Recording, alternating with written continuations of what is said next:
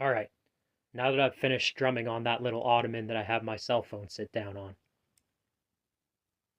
the young man wanting to be as big and strong as possible, he needs to eat big and he needs to train hard.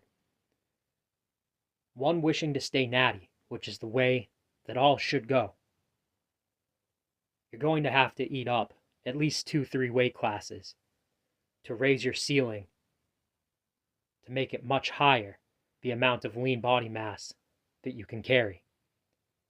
There's a debate whether it's better to just stay a reasonable athletic size your entire life, to say never go above 205 pounds, that's about 6 foot, and to just stay quality there to ever increase the quality, versus to be 6 foot and eat up to as high as the 308 or maybe even super heavyweight weight classes, and then hold that size for a while before going down. There's a difference between getting heavy while putting on muscle and maintaining a semblance of quality to the build versus getting heavy and just getting sloppy. You get sloppy by eating 5,000 calories or more of stuff that is just straight up junk food. All those ring ding, Twinkie, Hostess things, lots and lots of soda, and not even the glass bottle made with sugar soda, that just straight up 99-cent, like gasoline, gonna rot your teeth, high fructose corn syrup, generic 99-cent 2 liters. You don't want to be living on that stuff. Eating quote unquote dirty bulk. A lot of people just call it a dirty bulk based on it being a high calorie surplus. There's nothing wrong with the high calorie surplus. Too low a calorie surplus, and you just kind of spin your wheels. I've never really seen anyone that I know, real life, successfully lean bulk. On the other hand, I've known plenty of dudes that got quite fluffy over time, and a good half of them lose a bunch of weight and become quality, except they're now 10%, 20% heavier than they'd ever have gotten trying to never lose abs to quote unquote lean bulk. A dude becomes a 242 instead of a 200 pounder by having got up to 275 and never having got fully sloppy because he didn't eat absolutely horribly straight junk food, high calorie diet. He ate foods that are good enough nutritionally. Beef, milk. These are not bad foods. They're just foods that have a lot of calories and have a lot of dietary fat. Saturated fat is a more anabolic food source than protein is. You really only need a moderate amount of protein in my eyes. If you get up to 200 grams of protein a day, I don't think it matters how big you are. Once you hit 200 grams of protein, that's all you'll ever need. You can go heavier, but you don't have to. To not get sloppy, you keep 150, 175, 200 grams of protein, and this is all kind of dependent on your height and weight classes. The taller and heavier you are, the more you want it up to 200 grams. But if you're a smaller, fit dude that only weighs like 135, just hit 150. That's enough. You can then add a bunch of calories on top of that. Keep it from better sources. Rice and potatoes aren't so bad for carbs. You don't really want a Twinkie, though.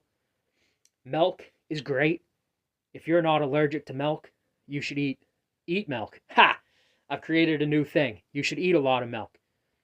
You should drink a lot of milk if you're someone who can handle it, which, personally, I believe for a lot of genetic backgrounds, the places in the world, which is mostly North and West Europe, but some parts of Africa, where people have been drinking milk for a very long time, I believe if you have those genetic backgrounds, it's highly unlikely you have lactose intolerance. But, hey, you do you. It's a choice you're going to have to make. And I think a lot of people mentally want to say that they're lactose intolerant and create that stuff through like negative mindset beliefs. So, actually keeping protein in the diet and having your food sources be real foods, quality foods, stuff that a farmer knows to be food, stuff that your grandparents or great grandparents knew to be food. If you keep your calories reasonably quality, not super, super clean, you don't need to try to eat 5,000 calories of chicken breast and rice with nothing on them, no butter in the rice, no pepper on the chicken. You don't have to try to go super high calories of rice, chicken, and lettuce and broccoli. You can keep the calories high with 200 plus grams of protein and all the food sources to backfill the calories high, having them be real foods. And that's much, much better than a full-on junk food bulk. You do that, you condition the entire time. You don't just drop all conditioning work because you're trying to stereotypical, the quote-unquote, get big for football. You condition the entire time, or what I've done, and this is another factor, and you should do this and conditioning, not this or conditioning. You do calisthenics the entire time. Whoever you are. Doesn't matter your age, your gender, how long you've been training for, how heavy you are. Every single person, as long as you're breathing, you should be doing calisthenics. Bodyweight training is perfect. It's the gym that's always with you. It's the gym that has no real excuse. It's always with you. It doesn't cost a penny. The only thing is sweat equity, willingness to work, and the self-discipline to say, I'm going to do my push-ups today. I'm going to do my jumping jacks today. I'm going to do my burpees today. And I'm going to go on a little aside here. I one time saw an obese college girl smashing burpees. And on the other end of the gym floor, there's a retiree. He was a pretty cool dude. Career Navy. He was like 67 or 68 years old. Career Navy. He was about 5'8", a pretty quality 165 pounds. And he just stayed fit his entire life. I had a cool conversation with that guy. He was very surprised to see me being as big as I was. And in his eyes, a calisthenics only guy. He just happened to luck of the draw, never have seen me lift weights, only have seen me do push-ups, dips, pull-ups. I was doing a lot of calisthenics at that point in time. The heavier you are, the more effective bodyweight training becomes, rep for rep. A push-up is about 2/3 of your body weight, comparing it in stress on the pushing muscles to a bench press.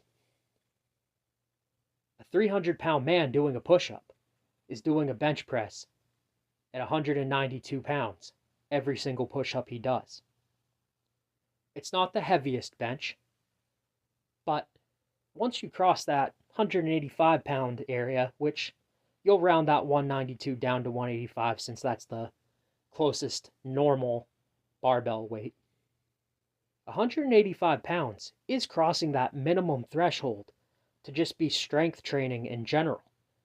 If you're 300 pounds and doing 50 total push-ups, or better yet, a set of 50 push-ups, or better yet, however you get to 100 push-ups a day, that's a big strength stimulus. These people dirty bulking, but not continuing their daily push-ups, but not continuing the ability to do pull-ups their entire time, regardless of size. That calisthenic habit goes a very long way to keeping you relatively muscular, not too soft and flabby, to hold the body fat down some, because your body is still used to moving as itself in your own body. I hope you understand that one. So to round up, if you want to get much, much bigger than you currently are, eat big, but keep the food sources real foods with real nutrition and keep your protein at a moderately high level. Do your conditioning: burpees, jump rope, running bleachers, running sprints. Calisthenic circuits can count here. And similar but separate to your conditioning, keep a calisthenics habit, regardless of who you are. Always do calisthenics. Just part of being a human, part of being an athletic human. Do your calisthenics.